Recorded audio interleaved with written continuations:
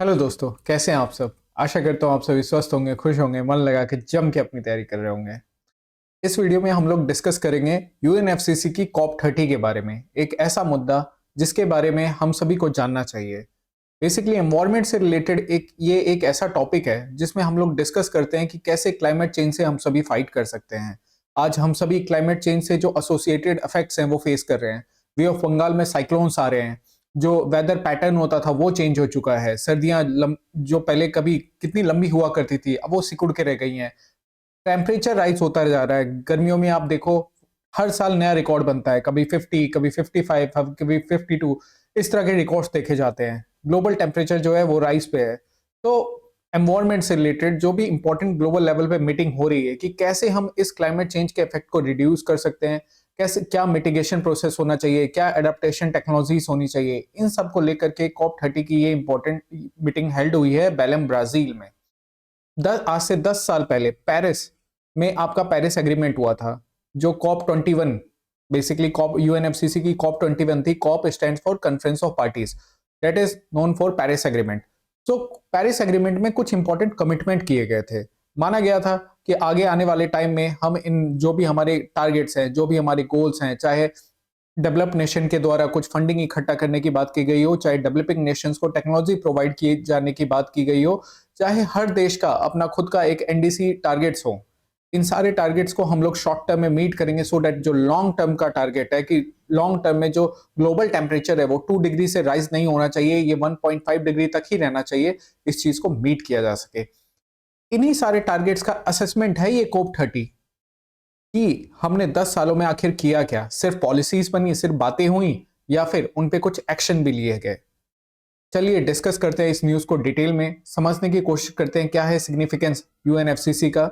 Exam perspective से ये news काफी इंपॉर्टेंट है। जब आप पीवाईक्यू उठा के देखोगे तो अर्थ समिट से रिलेटेड, यूएनएफसीसी से रिलेटेड, क्योटो प्रोटोकॉल से रिलेटेड जब भी ऐसे मीटिंग्स होती हैं तो आपके एग्जाम में आने की प्रोबेबिलिटी बहुत हाई होती है। मैं अभिषेक सिंह आप सभी का स्वागत करता हूं सिंघा क्लासेस पे। The 30th Conference of Parties to United Nations Framework Convention on Climate Change (UNFCCC) began in Belém, Brazil. Belem Brazil आपको पता है कहाँ है? ये अमेजोन के जंगलों के पास है। बेसिकली जब साउथ अमेरिका का आप मैप देखोगे तो एक तरफ है अटलांटिक ओशियन और इधर है आपका साउथ अमेरिका का।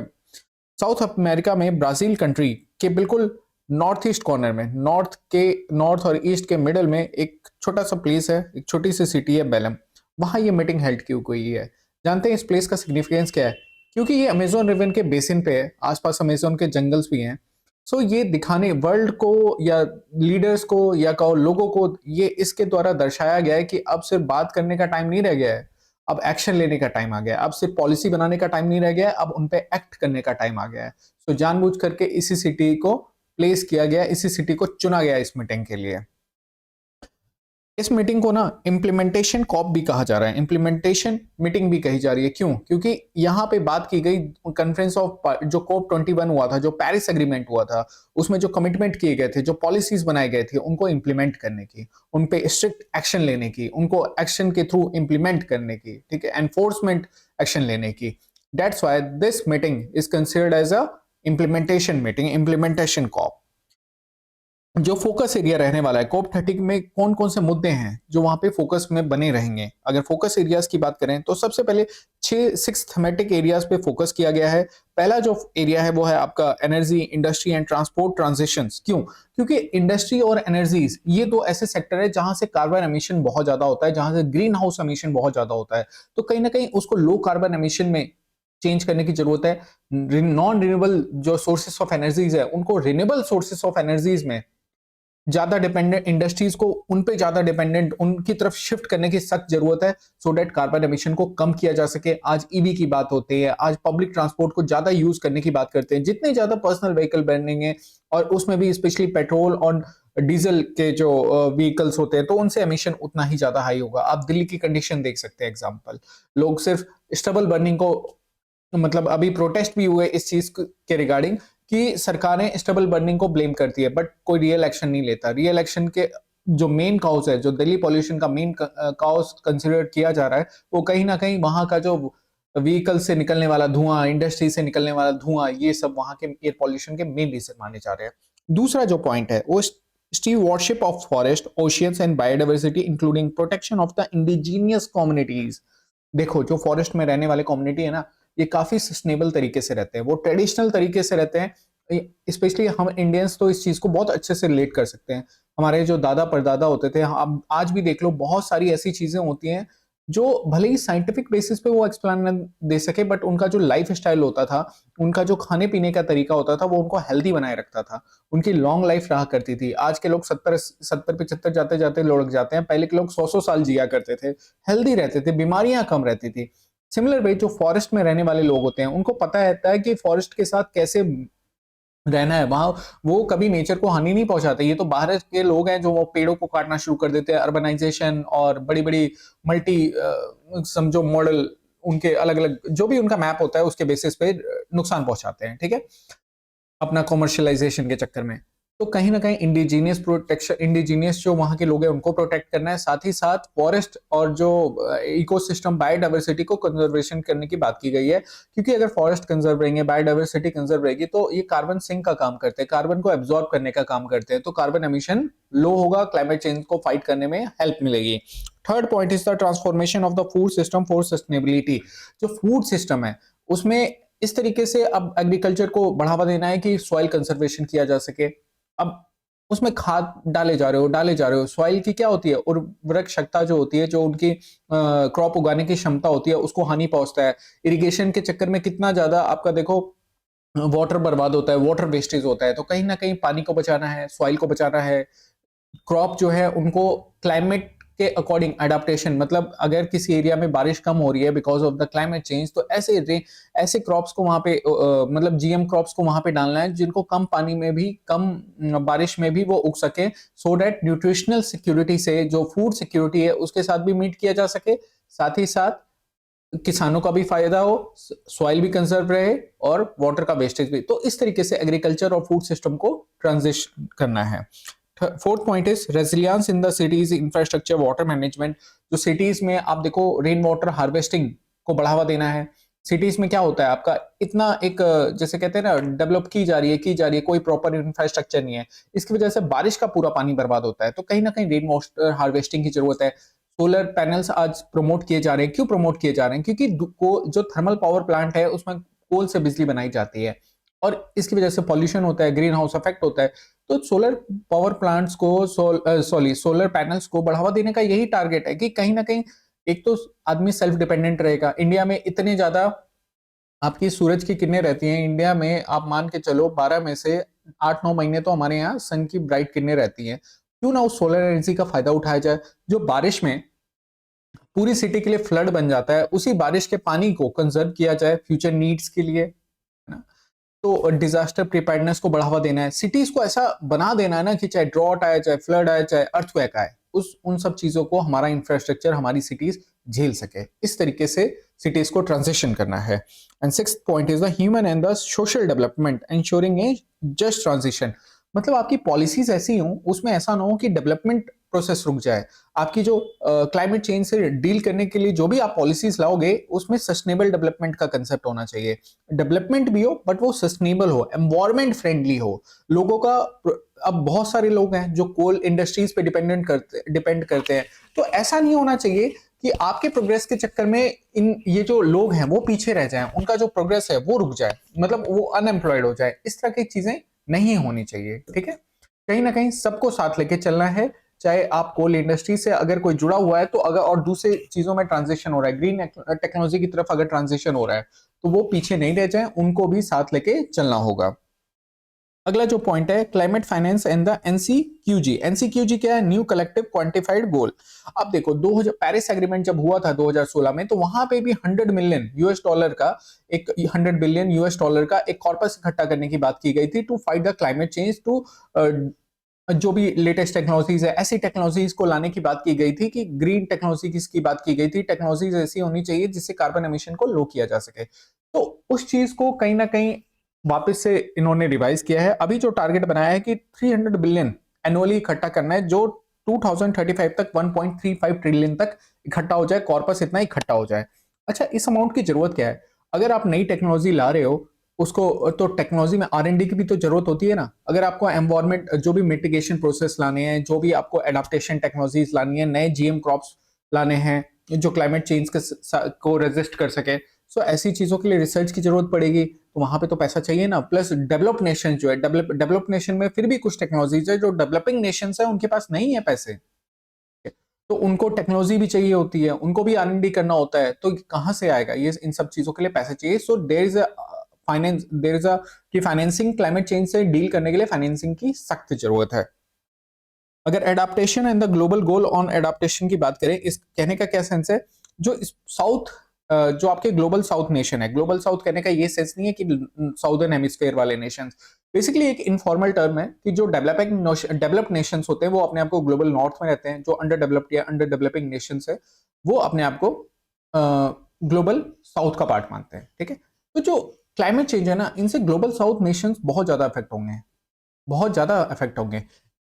ये हमारे देश में जो लिवलीहुड है ना उसको बहुत अफेक्ट कर सकता है। जैसे ही टेक्नोलॉजी चेंज होगी, जैसे ही आप, अभी हमने बात की ना कि चेंज इन पॉलिसी ऐसी होनी चाहिए जिससे लोगों की लिवलीहुड अफेक्ट ना हो, तो बहुत सारे हमारे देश में डिपेंडेंट लोग हैं जो कोल सेक्टर पे ऐसी इंडस्ट्रीज पे डिपेंड करते हैं जहां पे कोल से एमिशन हो रहा है, जहां पे कोल का यूज हो रहा है। अगर आप टेक्नोलॉजी ट्रांसफर करोगे, चेंज करोगे, तो ऐसा ना हो ये लोग क्या होंगे, इनका लिवलीहुड छिन जाए इनसे। तो एडाप्टेशन प्रोसेस जो है वो स्मूथ होना चाहिए, वो ट्रांजिशन ऐसा होना चाहिए, वो स्मूथली होना चाहिए, सो डेट लोगों का लिवलीहुड ना सुने, लोग ज्यादा कम से कम ही इफेक्ट हो, कंट्री की कंट्री और फ्रेंडली भी हो, साथ ही साथ देशों के लिए वो चीज ज्यादा फ्रेंडली हो सके। डेवलप्ड नेशंस की हाई जीडीपी है, अगर वहां पे कुछ इफेक्ट भी होता है तो वो नई टेक्नो उनके पास टेक्नोलॉजी भी होती है, तो वो टेक्नोलॉजी का यूज करके अपना जो भी उनके ऊपर इफेक्ट आ रहा है उसके साथ वो डील कर सकते हैं। बट डेवलपिंग नेशन के साथ डुअल चैलेंज होता है, एक तो नई टेक्नोलॉजी लाना, प्लस उसके रिपरकशंस या उसका जो साइड इफेक्ट होगा उसके साथ डील करने के लिए वापस से इन्वेस्ट करना। तो ऐसा नहीं, हर चीज के दो पहलू होते हैं, पॉजिटिव भी नेगेटिव भी। पॉजिटिव अब देखा जा रहा है, अगर पॉजिटिव ज्यादा है तो ऑब्वियसली बात है उस चीज को अपनाएंगे, साथ ही साथ कुछ ना कुछ तो नेगेटिव इफेक्ट भी मिलेगा, तो उससे भी तो डील करना पड़ेगा।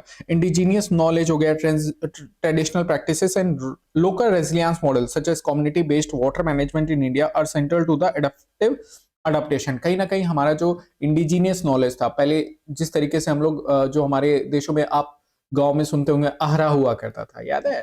अगर आप में से कोई गांव में रहा है तो आहरा के बारे में सुना होगा। आहरा क्या होता था, लोग है ना मिट्टी से गोल घेरा बना देते थे, पूरा बहुत बड़ा बड़ा एक बाउंड्रीज टाइप की बना देते थे, और इसमें बारिश का पानी ना इकट्ठा होता रहता था जब बारिश होती थी।